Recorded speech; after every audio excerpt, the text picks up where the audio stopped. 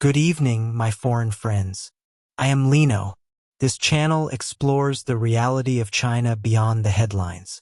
If you want to understand the China you don't see, subscribe. Have you ever been fired? In most countries, it goes something like this.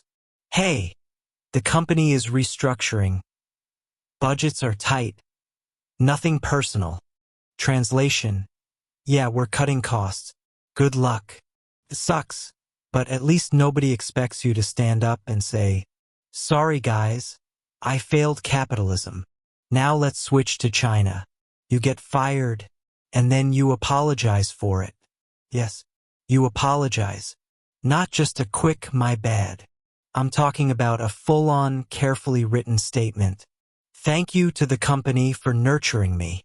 I deeply reflect on my shortcomings. I failed to meet expectations. Bro, you lost your job and somehow you're the one saying sorry? Welcome to what some companies call graduation. Yeah. Graduation. You're not fired. You didn't get laid off. You didn't get cut. Congratulations. You graduated. What did you graduate from? Unemployment University? It's honestly genius, because the word sounds so positive. Graduation feels like success, achievement, growth. But in reality, it just means we don't need you anymore. And sometimes this graduation comes with a little ceremony, an exit interview, where instead of asking, "What went wrong with the company?" they ask you to reflect on yourself. And in some cases, write an apology. Not for stealing, not for messing up big, just for not being good enough. Now here's the interesting part. This isn't random. This actually follows a very specific logic. Let's break it down. In traditional Chinese thinking, especially influenced by Confucian values, relationships are not just transactions, they're moral obligations. Your parents raise you, you owe them. Your teacher educates you, you owe them.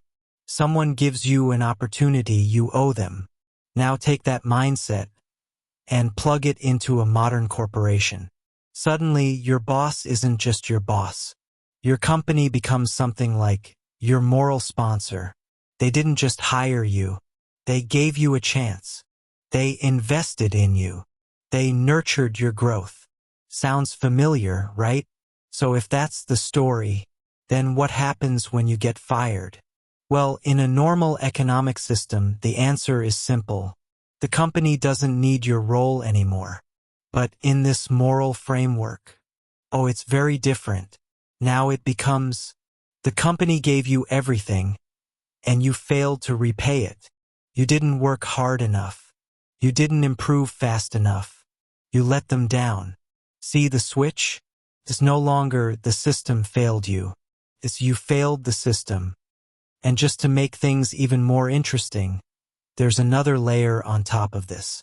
Socialist labor rhetoric. For decades, people were told that work is not just about making money.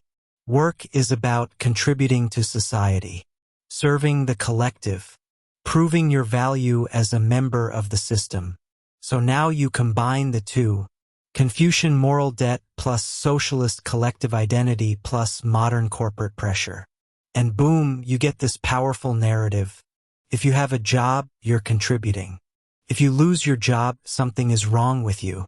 Not the market, not the economy, not management decisions. You're the variable that failed. And this is where things get a little dark, because companies don't even need to say, "Hey, the economy is bad, we're cutting costs." Instead, they can just say, "You didn't meet expectations. You're not aligned with company values. You need to reflect." That's it. All the messy, complicated, systemic reasons, gone. Replaced with one clean, simple explanation. You are the problem. This is what I like to call economic gaslighting. It's when something that is clearly systemic gets reframed as something deeply personal. The market slows down. You didn't try hard enough. The company overhire. You didn't perform well enough. Leadership makes bad decision. You lack growth. And the craziest part? It works.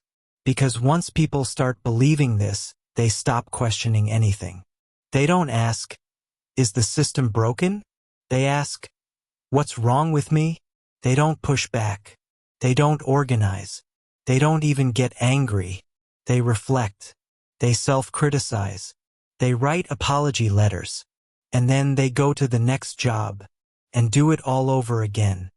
Now you might be thinking, why would anyone agree to apologize? Just say no. Sounds simple, right? But here's the thing. In that environment, saying no isn't neutral. If you refuse, you risk being labeled difficult, not self-aware, bad attitude, and that label can follow you, because your next employer might ask, how did you leave your last job? Did you cooperate? Did you show humility? Did you have the right mindset? So the apology isn't just an apology. It's a performance, a signal that says, I understand my place. I accept the hierarchy. I won't cause trouble. And here's the scariest part.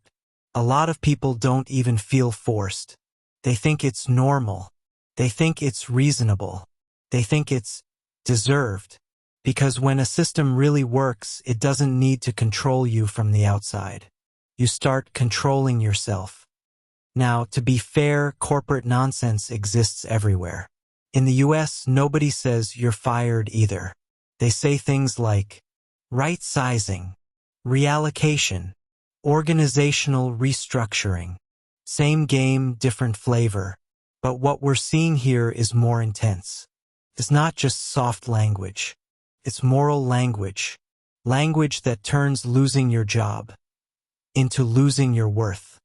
So next time you hear someone say they graduated from a company, just pause for a second.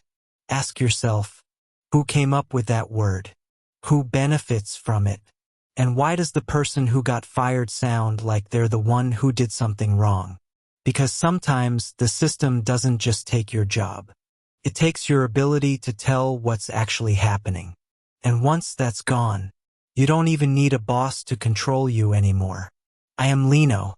I have to cover my face and use an AI voice because I often cannot help but express views that the authorities dislike. And I live in a country where even accessing YouTube is banned.